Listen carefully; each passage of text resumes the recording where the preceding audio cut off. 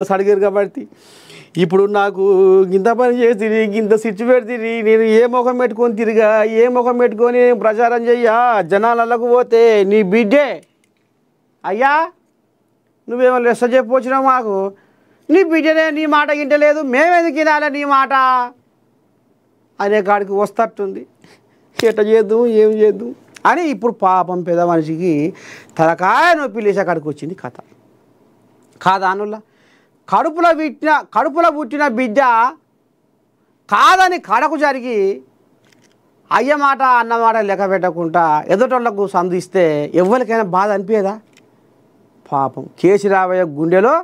ఇప్పుడు పుట్టెడు దుఃఖం నిండుకొని ముందులా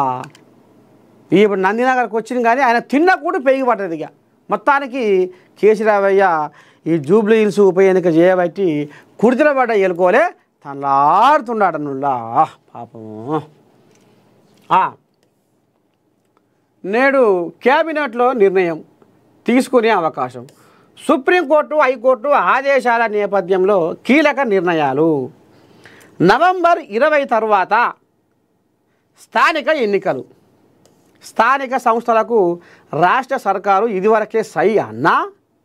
రిజర్వేషన్లపై వచ్చిన సాంకేతిక ఇబ్బందులతో బ్రేక్ పడింది అయితే ఇప్పుడు స్థానిక ఎన్నికలు ఎప్పుడు నిర్వహిస్తారని హైకోర్టు ప్రశ్నించిన నేపథ్యంలో గురువారం జరిగే అంటే ఇవాళ క్యాబినెట్ భేటీలో కీలక నిర్ణయాలు తీసుకునే అవకాశాలు ఉన్నాయట గత నెల 17న స్థానిక ఎన్నికల నిర్వహణపై హైకోర్టులో దాఖలైన పిటిషన్పై విచారించింది ఈ సందర్భంగా ఎన్నికలు ఎప్పుడు నిర్వహిస్తారని న్యాయస్థానం ప్రశ్నించగా 2 వారాల్లో చెప్తామని ఏజీ ధర్మాసనానికి తెలిపిందట నవంబర్ 1లోగా ఎన్నికల నిర్వహణ ఎప్పుడనే విషయం కోర్టుకు తెలపాల్సి ఉంది ఈ మేరకు అఫిడవిట్ చేయాల్సి ఉంటుంది దీంతోపాటు స్థానిక సంస్థల ఎన్నికలు నిర్వహించాలంటూ ఎమ్మెల్యేలు ఎమ్మెల్సీలు కార్పొరేషన్ చైర్మన్ల నుంచి ప్రభుత్వానికి ఒత్తిడి కూడా ఉంది గత క్యాబినెట్ సమావేశంలో మెజారిటీ మంత్రులు కూడా స్థానిక ఎన్నికలు త్వరగా నిర్వహిస్తే బాగుంటుందని అభిప్రాయపడ్డారు ఇంకో గిది కథ నవంబర్ 20 తర్వాత స్థానిక ఎన్నికల కథ భాగవతం ఉండబోతుందట అనేది మరి ఇప్పుడు పరద మీదకి వచ్చింది చూడాలి ఇదేంది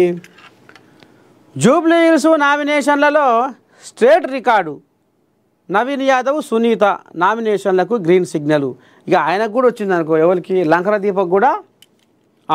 గ్రీన్ సిగ్నల్ వచ్చిందట ముగ్గురికి ఇప్పుడు గ్రీన్ సిగ్నల్ వచ్చింది భారీగా నామినేషన్ల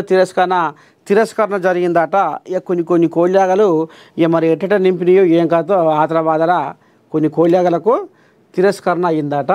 జూబ్లీ హిల్స్ ఉప ఎన్నికల్లో రికార్డు స్థాయిలో నామినేషన్లు దాఖలు కావడంతో స్క్రూటినీకి చాలా సమయం పట్టింది రికార్డు స్థాయిలో 321 నామినేషన్లు దాఖలు కాగా ఇది స్టేట్ రికార్డు అయితే ఈ బైపోల్లో బరిలో ఉన్న కాంగ్రెస్ అభ్యర్థి నవీన్ యాదవ్ బీఆర్ఎస్ అభ్యర్థి మాగంటి సునీత నామినేషన్లు ఆమోదం పొందాయి ఇంకా ఈ నవీన్ కోల్యాగ కూడా కొద్దిగంత ఏదో ఆదరవాదర నింపినట్టుగా అనేది కొద్దిగంత అనుమానం ఇప్పుడు అది కూడా సాపుగా పోయిందట తవ్వ ఇక ఈమె సునీత ఆమెకు సమితి కొడుకు సునీతకు సమితి కొడుకు ఇప్పుడు అడ్డుపుల్లో వేసిండు ఏందది జూబ్లీ హిల్స్లో ఉప ఎన్నిక వచ్చింది ఆ ఉప ఎన్నిక అభ్యర్థి మామ ఉండాలి ఎవరు జూబ్లీ హిల్స్ అది మన గోపీనాథ్ మొదటి భార్య కొడుకు ఆ పిల్లగాని పేరు తారక్ ప్రద్యుమ్న ఏదో ఉంది పోరగాని పేరు ఆ కోళ్ళగా మామకు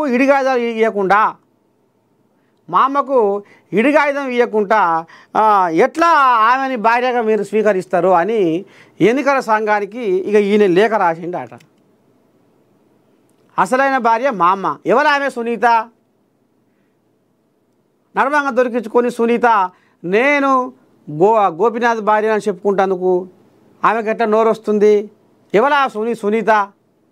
మామ ఉండగా మామకి ఏమైనా ఇడాకులు ఇచ్చిండా విడిగాయుధం ఇచ్చిండా ఆయన ఏమన్నా అనేది ఇప్పుడు గోపీనాథ్ పెద్ద భార్య కొడుకు గగ్గోలు పెడుతుండు ఇక అయ్యా ఇక మీ ఇంట్లో పంచాయతీ ఏదన్నా ఉంటే మీరు కోట్ల చూసుకోరి, ఇక మా ముందర మీరు చెప్తే ఎట్లా అని ఎన్నికల సంఘ పోలు అన్నారట. ఇక అంతటితోటి అందుకనే ఈమెది పుసుకునే ఏమైనా ఊసిపోతుందా ఏంది, ఏది ఈ నామినేషన్ కథ వరకు మళ్ళీ ఏమైనా గందరగోళం అయితే, సునీత మన తిరస్కరణ అయితే మళ్ళీ ఉత్తపూర కాడికే వస్తుంది కథ. ఎట్లా చేయాలి ఏం చేయాలి అని అందుకనే పీజీఆర్ కొడుకు విష్ణువర్ధన్ రెడ్డిని లైన్లో పెట్టుకునే కోల్జాగలు ఈమె మీద అనుమానం పెట్టుకొని ఆ కోల్జాగను మళ్ళా రంగంలోకి దింపినాయి. ఇగో ఇది కథ మొత్తం.